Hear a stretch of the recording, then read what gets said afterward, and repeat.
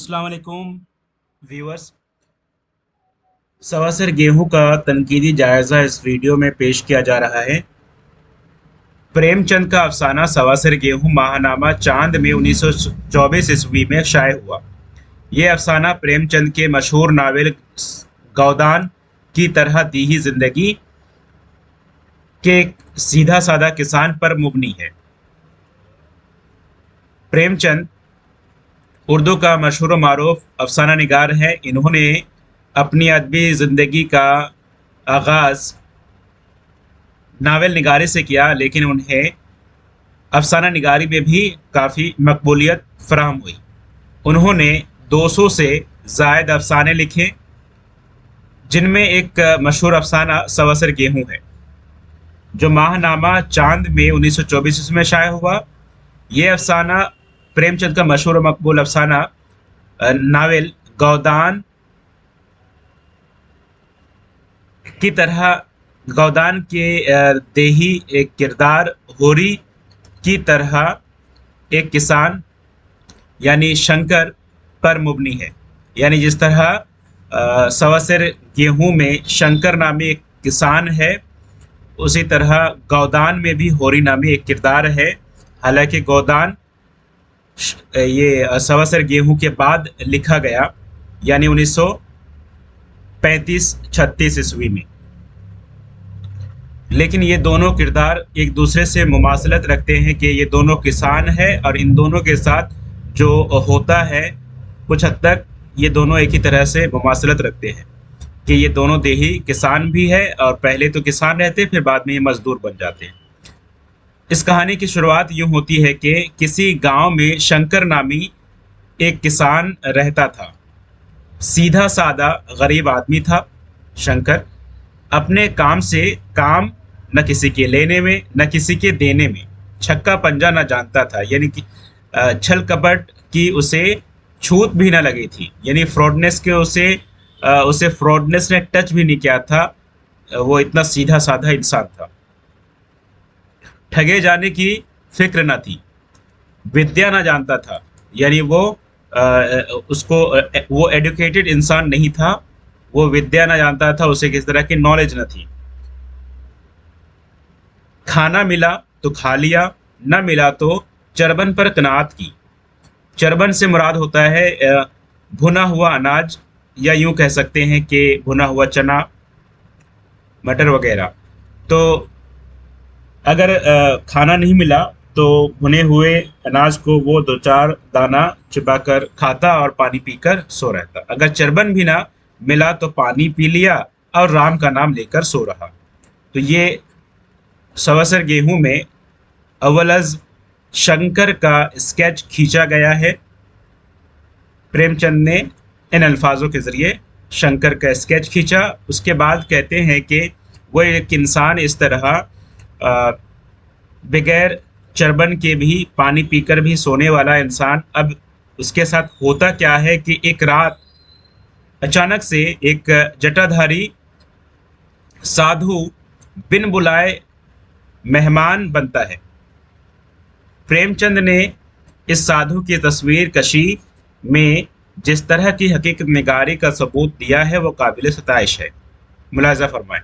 यानी शंकर एक तो खाने पीने के जब लाले पड़ते तो वो बगैर कुछ खाकर पानी पीकर सो पड़ता, लेकिन एक रात जब जटाधारी ये साधु आया, वो बिन बुलाए मेहमान आया, तो उसका स्केच किस तरह प्रेमचंद खींचते हैं कि बताते हैं कि इन अल्फाज में चेहरे पर जलाल था, पीताम्बर गले में, जट्टा सर पर, पीतल का कुमंडल हाथ में और खराव पैर में, ऐनक आंखों पर वगैरह। तो ये जटाधारी बाबा का स्केच प्रेमचंद ने इस तरह खींचा। शंकर के घर जो आटा था वो आम गुरबा के लिए तो जायज़ और दुरुस्त था, मगर महात्माओं के लिए वो हजम ना होने वाला अनाज। यानी हो सकता है कि वो जौ का उस वक्त आटा था और गेहूं के आटे की कदर कीमत उस वक्त ज़्यादा होती थी और जौ की कदर कीमत कम होती थी, तो माना जाता था कि वो गरीबों का वो खुराक है। शंकर को महात्माओं से काफ़ी दिली मोहब्बत थी, यानी साधुओं से, महात्माओं से। वो एक मजहबी किरदार भी था शंकर। उसके घर आए हुए महात्माओं को वो भूखा या खाली हाथ न भेजता। उसके पास महात्माओं को खाना खिलाने के लिए घर में गेहूं या आटा दस्तयाब न था।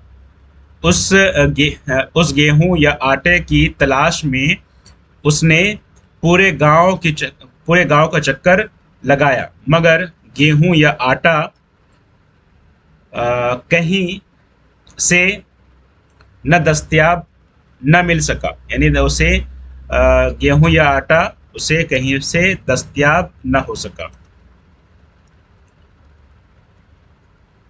प्रेमचंद के उस्लूब में तंज़ो मज़ाह का फ़न इस अफसाने में भी दिखता है।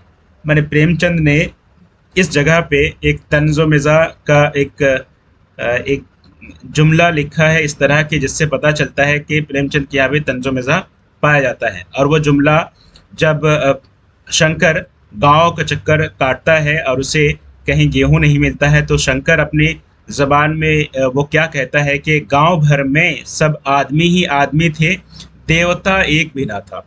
देवताओं को खोरस कैसे मिलती, यानी शंकर यहाँ पे तंज कसता है कि यहाँ इस गांव में सिर्फ आदमी ही आदमी थे, देवता नहीं थे। यानी देवता माने देने वाला कोई भी नहीं था। कैसे देवताओं को पूजा जाता, कैसे भोग दिया जाता, इसलिए कि यहाँ पे तो कोई देने वाला ही नहीं है। फिर उसे जहन में आया होगा कि वो पुरोहित जी के पास जाए। तो शंकर की खुशबख्ती ये थी कि गांव के एक पुरोहित के यहाँ से 1.25 सेर गेहूं उसे उधार मिल गए। 1.25 सेर गेहूं लफ्ज़ है, और पुरोहित से मुराद होता है कि एक तो पादरी के माने लिया जाता है, और मजहबी जो प्रोग्राम्स कराने वाले होते हैं हिंदू मज़हब में, वहाँ उसे पुरोहित कहते हैं। तो होता ये था कि कदीम ज़माने में पुरोहित जी वो आते थे और प्रोग्राम्स करवाते थे, कराते थे, मंत्र वगैरह पढ़ते थे, पूजा पाठ करते थे, और उसे कुछ अनाज जो किसान होते थे वो आखिर में जब गल्ला जमा होता तो उसी से कुछ अनाज उसे देते थे हर साल, या हर साल में 2 दफ़ा देते थे पुरोहित जी को। तो ये एक रिवाज था पुरोहित जी को देने का। एक तरह से कहा जाए तो पुरोहित एक पंडित या पादरी थे वो। तो उसके पास इसने महसूस किया कि हो सकता है कि पुरोहित जी के पास हो, तो पुरोहित जी के पास से उन्होंने 1.25 सेर गेहूं उधार लेकर वो गए, ताकि वो साधु को, जो उनके यहाँ मेहमान है अभी, उन्हें खिलाए। 1.25 सेर गेहूं से मुराद क्या है? कई स्टूडेंट्स ये समझते हैं कि इसके वजन को नहीं समझ सकते कि वजन कितना है। 1.25 सेर गेहूं से क्या मुराद है? 1.25 सेर गेहूं से मुराद होता है, यानी 1.25 सेर गेहूं मतलब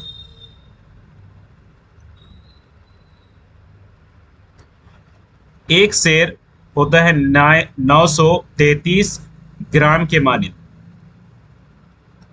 तो इस तरह अगर देखा जाए तो तकरीबन 1 kg, यानी 1 सेर होगा आपका 1 kg के मानिंद, 1 किलोग्राम। तो अब यहाँ अगर देखा जाए तो 1.25 सेर है, तो मतलब ये हुआ कि 1.25 सेर के मानिंद, 1.25 सेर के मानिंद हो जाएगा 1.25 kg या किलोग्राम। 1.25 किलोग्राम यानी तकरीबन 1.25 किलोग्राम कह सकते हैं, या फिर यूँ कह सकते हैं कि 1 किलो और 200 ग्राम के आसपास। उस वक़्त कदीम दौर में ये सेर के 1 सेर 1 केजी के मानिंद लिया जाता था, काउंट किया जाता था, तो 1.25 सेर गेहूं उससे उधार लिया। शंकर की बीवी ने अकीदतमंदाना आदाब से गेहूं पीसे और आटा गूंथकर महात्मा के लिए खाना तैयार कर दिया। महात्मा जी खाना खाकर लंबी तान कर रात भर सोए और सुबह शंकर को आशीर्वाद देकर अगली मंजिल को सुधार गए। यानी अब शंकर से पहले रात में खाना खाकर, और वो साधु खाना खाकर, महात्मा जी साधु जी वो खाना खाकर रात में सो गए और सुबह सवेरे शंकर को आशीर्वाद देकर, ब्लेसेस देकर उसे वहां से निकल गए। ठीक है, फिर शंकर ने सोचा कि ये 1.25 सेर गेहूं क्या लौटाऊं। पुरोहित, माफ कीजिएगा हे होगा, पुरोहित जी साल में 2 मर्तबा खलियानी लिया करते थे, यानी वही जो दिया जाता था पहले पुरोहितों को साल में 2 दफा, उसी में ज्यादा दे दूंगा। मैंने जो उस वक्त दिया जाता है साल में 2 दफा, उसी वक्त मैं कुछ ज्यादा दे दूंगा। अभी क्या ही वापस करूं ये 1.25 सेर गेहूं, ये 1.25 केजी गेहूं। तो वो भी समझ जाएंगे कि अदा कर दिया, और मैं भी समझ जाऊंगा कि अदा कर दिया। चैत में जब पुरोहित जी आए, शंकर 1.5 पसेरी गेहूं दे दिए। 1.5 पसेरी गेहूं दे दिए, मतलब ये है कि हो सकता है कि पहले हर साल 1 पसेरी दिया जाता था, लेकिन अब क्या कर रहा है कि इस साल शंकर एक बढ़ाकर उसने 1.5 पसेरी दे दिया। 1 पसेरी से क्या मुराद होता है? 1 पसेरी 5 किलोग्राम। 1 पसेरी 5 किलोग्राम के बराबर होता है। और ये भी एक ट्रेडिशनल तरीका है नाप तोल का। तो 1 पसेरी 5 किलोग्राम, यहाँ 1.5 पसेरी की बात की गई है, मतलब ये है कि 7 किलो 500 ग्राम।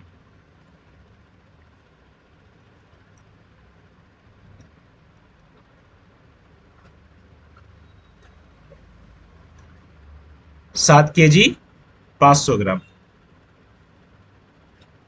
तो इतना उन्होंने दिया। मतलब ये है कि अगर देखा जाए तो 1.25 सेर तो लिया था, यानी 1.25 केजी लेकर उन्होंने कितना दिया?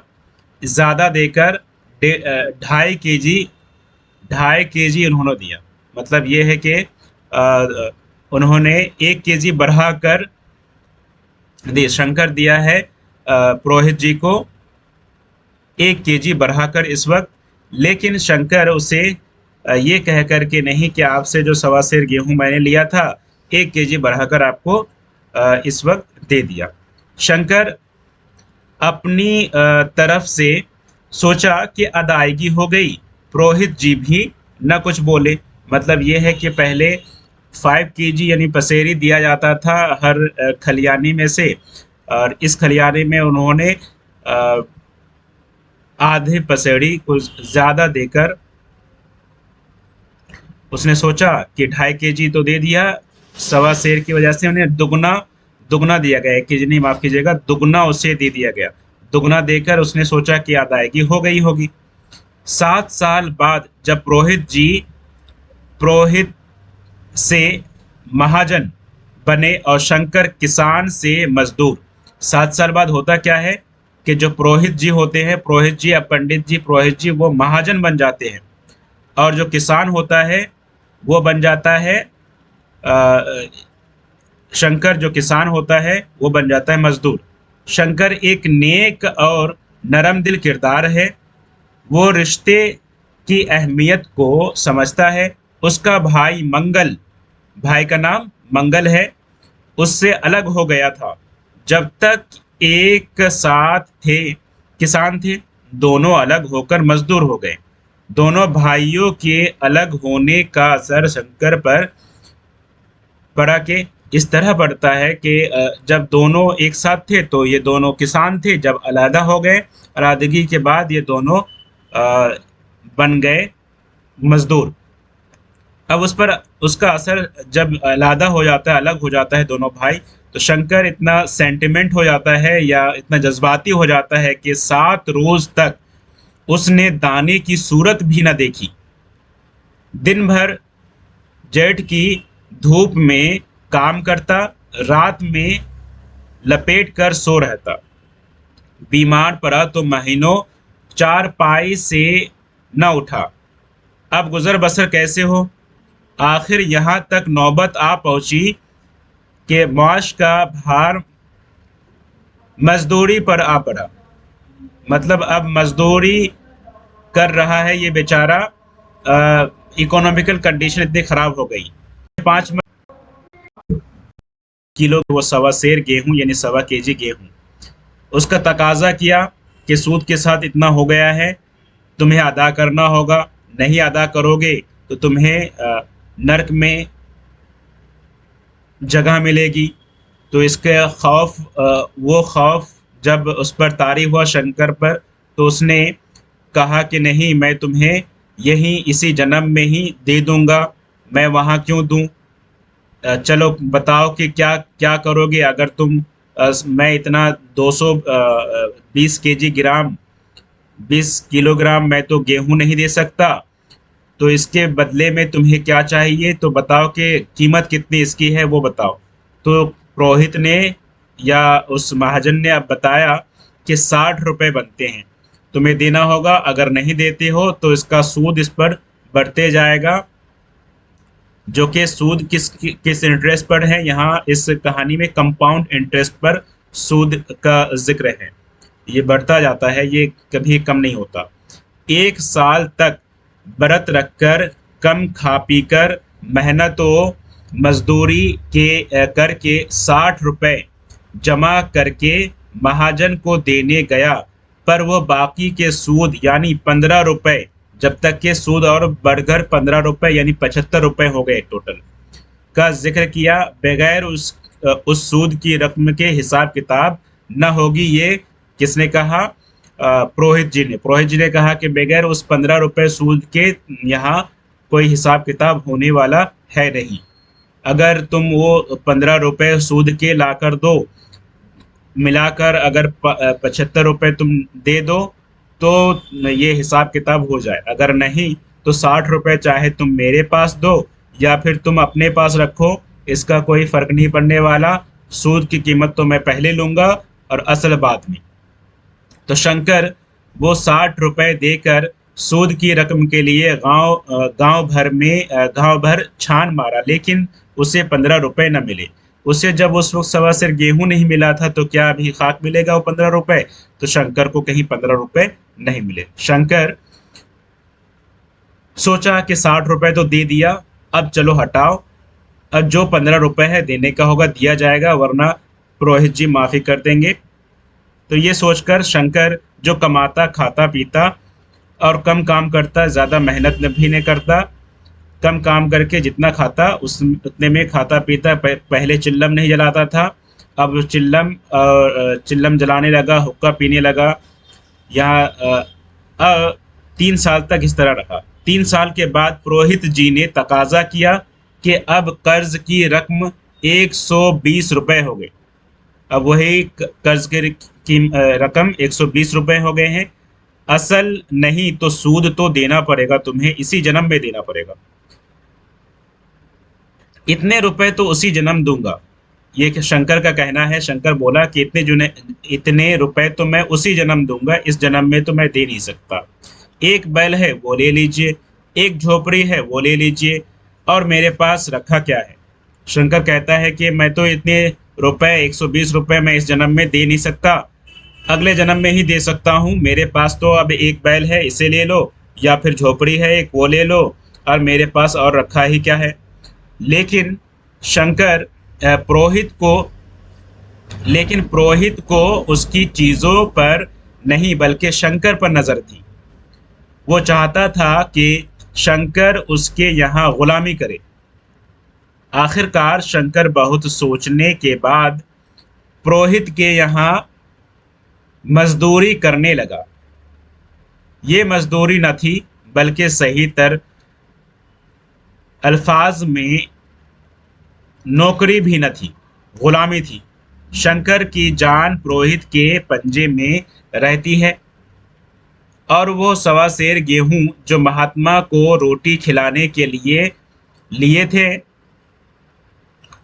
बकौल प्रेमचंद वो गेहूं के दाने किसी देवता बुद्ध की तरह तमाम उम्र उसके सर से ना उतरे। वो जो सवा सेर गेहूं लिया था, तमाम उम्र उसके सर में ही सर का बोझ बना रहा। शंकर ने 20 साल तक पुरोहित के यहाँ गुलामी की। 20 ईयर्स तक वो गुलामी करता रहा, 20 साल तक। ये बड़ी बात है। उस पुरोहित जी के फैसले के मुताबिक उसका जायज़ वारिस यानी उसका बेटा है, जो कर्ज की अदायगी का जिम्मेदार है। बूढ़े शंकर की जगह अब उसके जवान बेटे से गुलामी कराया जा रहा है और सवा सेर गेहूं की रकम अब भी 120 रुपए ही है। शंकर का बेटा पुरोहित का गुलाम है और बाप की नाकर्दा गुनाहों की भुगतान कर रहा है, उसकी भरपाई कर रहा है। अभी भी वो सवा सेर गेहूं की रकम का सूद मिलाकर 120 रुपए ही है, जिसकी अदायगी अब उसके 20 साल पहले शंकर ने गुलामी किया, अब उसके बाद उसका जवान बेटा कर रहा है।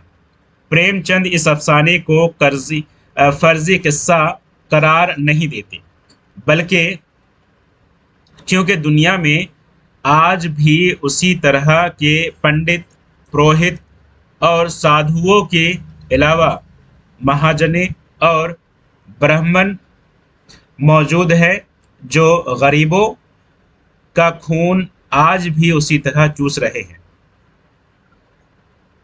ये था सवा सेर गेहूं का तनकीदी जायज़ा। वीडियो को शुरू से आखिर तक देखने के लिए बहुत बहुत शुक्रिया। अपना और अपनों का ख्याल रखें। खुदा हाफिज़।